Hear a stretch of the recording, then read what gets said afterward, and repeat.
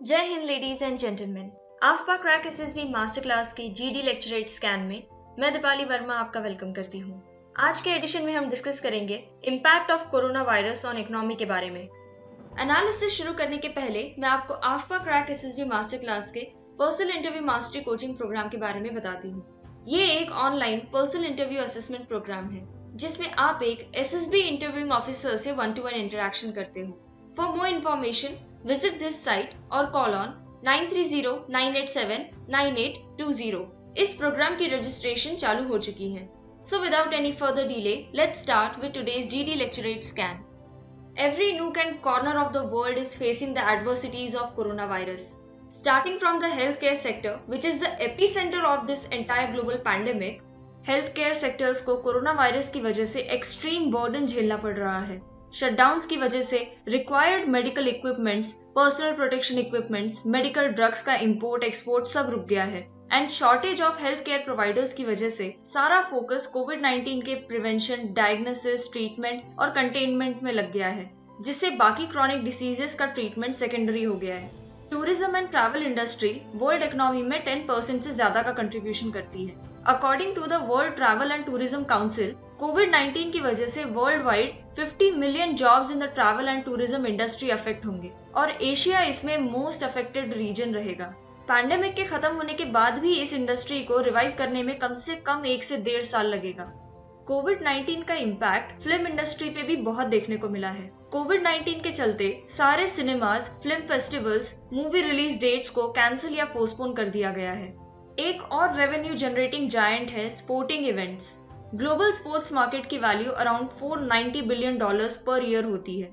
World Wars के बाद ये पहली बार हुआ है कि सारे स्पोर्टिंग इवेंट्स को कैंसिल या पोस्टपोन कर दिया गया है। फिर है oil and petroleum industry. Organisation of the Petroleum Exporting Countries OPEC world का 42% ऑफ क्रूड ऑयल प्रोड्यूस करता है और इसका रेवेन्यू जनरेशन $1027 बिलियन का है। ओपेक में सिर्फ 14 ऑयल प्रोड्यूसिंग कंट्रीज आती हैं। Other oil producing countries like Russia, China and USA इसमें शामिल नहीं है और फिर भी देखिए इसका रेवेन्यू जनरेशन कितना ज्यादा है। 6 महीने पहले तक जो oil prices $70 barrel per day के हिसाब से बिकता था, आज उसका प्राइस $20 बैरल पर डे से भी कम हो गया है। इन सभी सेक्टर्स के अलावा और भी कई सेक्टर्स हैं जिन पे कोविड-19 का बहुत बुरा इम्पैक्ट हुआ है, जैसे agriculture, education, food industry, textile और भी कई है गिनती में। इन सभी सेक्टर्स पर इम्पैक्ट पड़ने की वजह से एम्प्लॉयमेंट सेक्टर में भी बहुत गिरावट हुई है। According to International Labour Organisation, around 81% of the global workforce had their work place completely और पार्टली क्लोज्ड और आने वाले टाइम में अराउंड 200 मिलियन लोग अपने काम से हाथ धो बैठ सकते हैं। ये सभी सेक्टर जिनकी हमने बात की, ये इकोनॉमी पे इंटरडिपेंडेंट है क्योंकि इनसे ही इकोनॉमी जनरेट होती है और इकोनॉमी की वजह से ही ये सेक्टर्स चलते हैं और इसीलिए economy will be the worst hit sector during covid pandemic. International monetary fund की मैनेजिंग डायरेक्टर क्रिस्टलिना के हिसाब से ये इकोनॉमिक क्राइसिस ग्रेट डिप्रेशन के बाद का सबसे वर्स्ट इकोनॉमिक फॉल आउट होगा। इस क्राइसिस से वर्ल्ड की हर कंट्री अपने लेवल पे डील करने की कोशिश कर रही है। चाइना की सेंट्रल बैंक ने अपने रिजर्व रिक्वायरमेंट्स को कम करके उसके पैसों को स्ट्रगलिंग बिजनेस में लगाया है और इंटरेस्ट रेट भी कम करने की बात कही है। जर्मनी, जो पहले भी एक extreme economic crisis world Wars के दौरान झेल चुका है, इसने अपनी जीडीपी से 10% की इकोनॉमी स्ट्रगलिंग बिजनेसेस और अनलिमिटेड लोन्स प्रोवाइड करने के लिए लगा दी है। जापानीज गवर्नमेंट ने नियरली $1 ट्रिलियन का मैसिव रिलीफ पैकेज रिलीज किया है, जिससे cash payment to citizen, small mid size businesses को इंटरेस्ट फ्री लोन्स और ट्रैवल कूपन्स दिए जाएंगे। यूएसए, जो एट प्रेजेंट कोविड-19 की सबसे ज्यादा मार झेल रहा है, इसने $2 ट्रिलियन का स्टिमुलस पैकेज रिलीज किया है, which includes direct payment of up to $1,200 to individual and grants loans to businesses and support for hospital and healthcare providers। अब देखते हैं इंडिया क्या कर रहा है अपनी इकोनॉमी को रिवाइव करने के लिए। इंडियन गवर्नमेंट ने 1.7 लाख करोड़ का रिलीफ फंड प्रोवाइड किया है। रिजर्व बैंक ऑफ इंडिया ने कंट्री के फाइनेंशियल सिस्टम को सपोर्ट करने के लिए 37 लाख करोड़ का असिस्टेंस प्रोवाइड करने की बात कही है। साथ ही सेंट्रल गवर्नमेंट ने 28,000 करोड़ का फंड कोरोना से लड़ रही स्टेट्स के लिए रिलीज किया है। गवर्नमेंट ने non essential and essential goods का मूवमेंट चालू कर दिया है, for example selling of liquor. अब आप सोच रहे होंगे कि स्कूल बंद है, सारी शॉप्स बंद है, पर लिकर का सेल क्यों चालू कर दिया? तो मैं आपको बता दूं, ग्लोबल अल्कोहलिक मार्केट का वर्थ $13 बिलियन से ज्यादा का है। लिकर इंडस्ट्री वर्ल्ड की सबसे बड़ी इंडस्ट्री है और इंडियन लिकर मार्केट वर्ल्ड में थर्ड लार्जेस्ट मार्केट है। इंडिया में लिकर इंडस्ट्री का वर्थ अराउंड $49 बिलियन तक जाता है। इकोनॉमिक क्राइसिस से डील करने के लिए गवर्नमेंट, इकोनॉमिस्ट सभी कोई ना कोई रास्ता ढूंढने में लगे हुए हैं। इसी खोज में तेलंगाना के चीफ मिनिस्टर के चंद्रशेखर राव ने हेलीकॉप्टर मनी के कंसेप्ट को यूज करने का सुझाव दिया और इंडिया के जीडीपी फंड में से 5% इसके लिए रिलीज करने की बात की।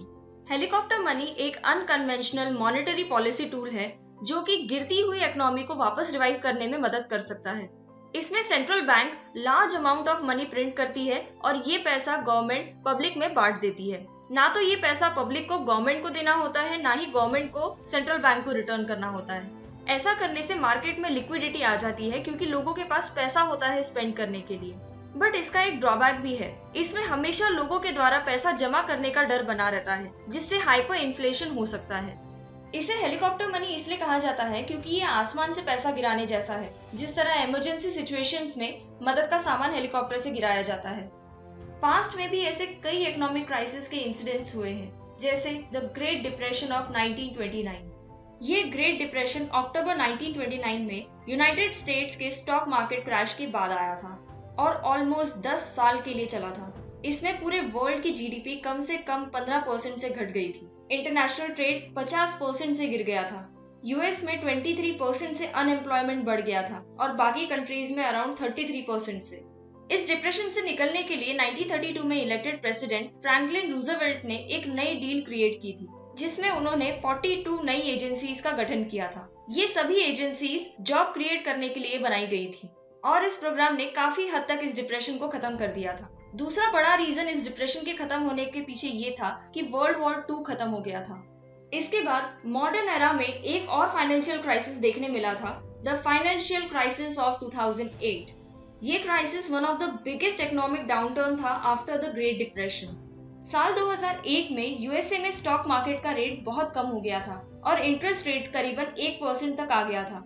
तो इन्वेस्टर्स ना स्टॉक मार्केट में पैसा लगाना चाहते थे, ना बैंक में पैसा रखना चाहते थे। उसी समय रियल एस्टेट के रेट्स भी काफी बढ़ रहे थे और यूएस गवर्नमेंट भी लोगों को घर खरीदने के लिए एनकरेज कर रही थी। इंटरेस्ट रेट कम होने की वजह से लोग लोन पे घर खरीद रहे थे और इसीलिए इन्वेस्टर्स भी रियल एस्टेट में पैसा लगा रहे थे। ये देखकर इन्वेस्टमेंट बैंक्स ने नॉर्मल बैंक से लोन लेकर इन्वेस्टर्स को देना चालू किया। अच्छे क्रेडिट रेट्स मिल रहे थे तो बैंक्स ने भी लोन देना चालू कर दिए और साथ ही सब प्राइम लोन्स देना शुरू कर दिया।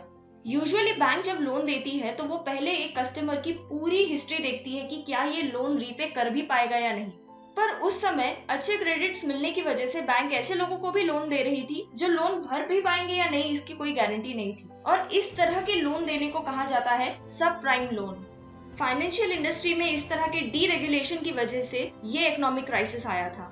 इस फाइनेंशियल क्राइसिस से बाहर निकलने के लिए प्रेसिडेंट बुश ने ट्रबल्ड एसेट रिलीफ प्रोग्राम को 2008 में अप्रूव किया।